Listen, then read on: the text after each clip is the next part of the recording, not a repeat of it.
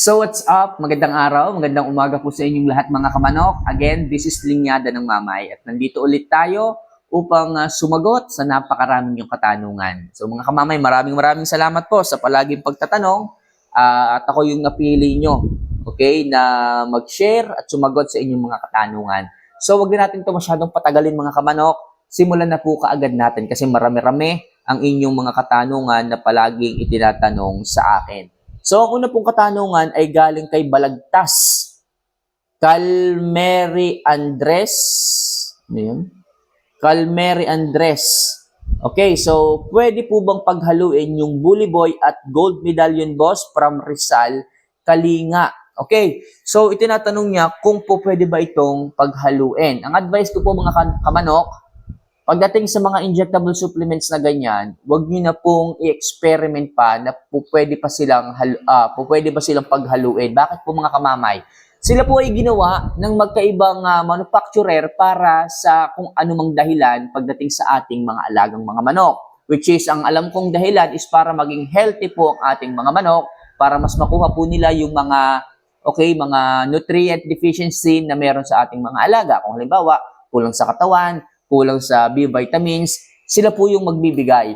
Pero kung ito po ay paghahaluin ninyo mga kamanok, yung si Gold Medallion, si Bully Boy, paghahaluin nyo, malamang sa malamang, merong mga components dyan na maaaring sumobra lumabis, okay, pagdating sa ating mga alaga.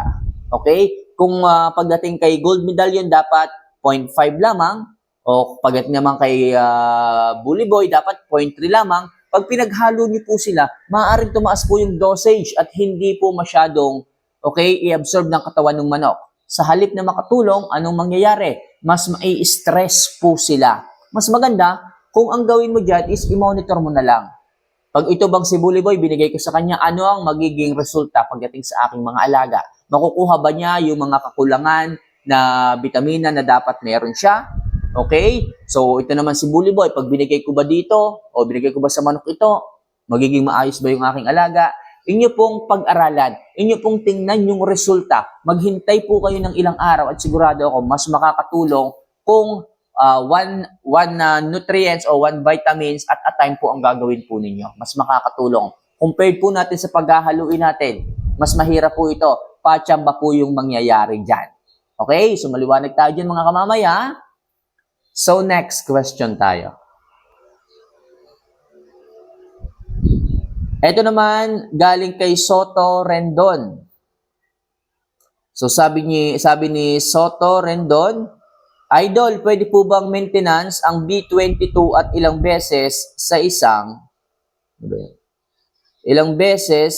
linggo? Okay? So, actually, mga kamanok, si B22 po, ito po ay po pwedeng araw-araw sa loob ng 3 linggo. Okay? Pero ang advice ko po mga kamanok sa inyo, kasi alam ko, meron din po kayong ibang ibinibigay na vitamina sa kanila. Hindi kayo hindi lang kayo magre-rely sa isang vitamina kagaya ni B22 na tipong ito lang ang ibibigay ninyo. Kasi kalimitan sa atin, gusto natin, iba't ibang suplemento ang ating ibigay. Pero kung ako tatanungin ninyo, kung si B22 lang po ang inyong ibibigay sa inyong mga alaga, pwede po itong araw-araw. Pwede po itong araw-araw hanggang 3 linggo bago kayo mamasyal. Mas maganda rin po ang makukuha nyong, yung benefits pagdating sa inyong mga manok. Kasi ito pong si B22, ito po ay may 22 vitamins na kung saan nasa isa lang po itong vitamina. Pag ibinigay nyo po ito, halos lahat din po ng vitamina makukuha at maa-absorb ng ating mga alaga. Okay? Mas makakapagbigay po ito ng focus sa wings and leg muscle ng ating mga alaga para mas maging healthy po sila. Okay? So, pagdating kay B22, po pwede po yung araw-araw sa loob ng 3 linggo kung kayo is may pupuntahan. Alright? Kung kayo is mamamasyal. Mas magandang ibigay ito pagkatapos kumain para mas maganda ang digestion ng manok, para mas maganda rin po ang effectivity sa katawan at sistema ng ating mga alaga. Okay? So, maliwanag tayo dito mga kamanok ha? So, next question tayo. Okay, ito naman galing kay James Lakapag. Ayan. So, kamamay, ano po ba ang pwedeng igamot sa sipon na may bukol na malapit sa ilong at nagluluha na ang mata ng manok? Okay. So, mga kamanok, kapag ka ganito po, medyo stressful na po pagdating sa ating mga alaga. Yung kanilang ganito, yung kanilang parang pisngi na ganito malapit sa ilong, pagka yun po ay bumukol, ibig sabihin, medyo mataas na po ang infection pagdating sa sistema ng manok. Ano pong dapat natin gagawin kapag kaganyan? So, diklag po natin ito. Atin pong hawakan yung medyo malaking bukol dyan. Check natin kung wala pa po itong bukol talaga, yung medyo matigas sa loob. Kasi minsan po, pagka medyo matagal na po yung sipon, mapapansin po ninyo, bumubukol na po, medyo matigas-tigas na po yung kanyang pisngi o doon sa mismong medyo magana ganon, meron pong matigas sa loob. Okay? So, yan po yung hahawakan ninyo. Pag po yun ay matigas na, yan po ay hindi na po kaya ng antibiotic. It's either yan ay tabletas o injectable. Medyo magtatagal na po ang gamutan kapag kaganyan. Okay?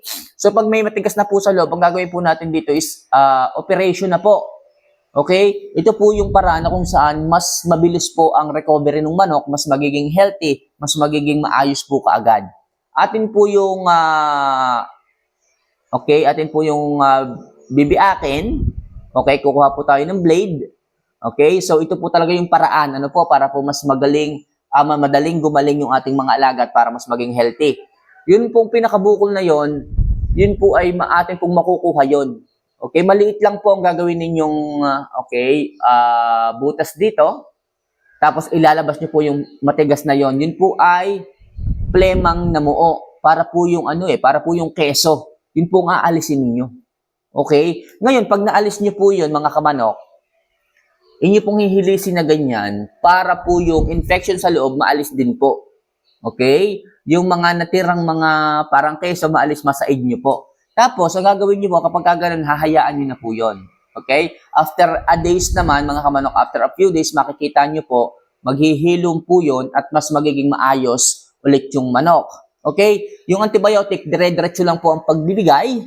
Okay? Para sa gano'n, makitaan nyo ng development pagdating sa kanyang paggaling. Kasi po kaya hindi po ganun kaagad gumaling-galing yan. Yung pong matigas na nandun sa loob, yun po ang hindi kayang tunawin ng antibiotic kung kaya't hindi mawala ang sipon ng manok. Pero kung maaalis nyo po yun, sa paghilom ng sugat, mas mabilis din po ang paggaling ng sipon ng inyong mga alaga. So basta dire-diretso lang ang bigay ng antibiotic, kung sa isang linggo, nakikita nyo hindi pa rin mawala ang sipon, palit lang po kayo ng antibiotic hanggang sa makuha nyo po yung, na mawala na po yung sipon. Okay, ganun po ang aking diskarte dyan. Kung may bukol na po, kasi kung may bukol na po talaga, hindi po yung kayang tunawin ng antibiotic. Alright? So, last question po tayo mga kamanok. Ito galing naman kay Aaron.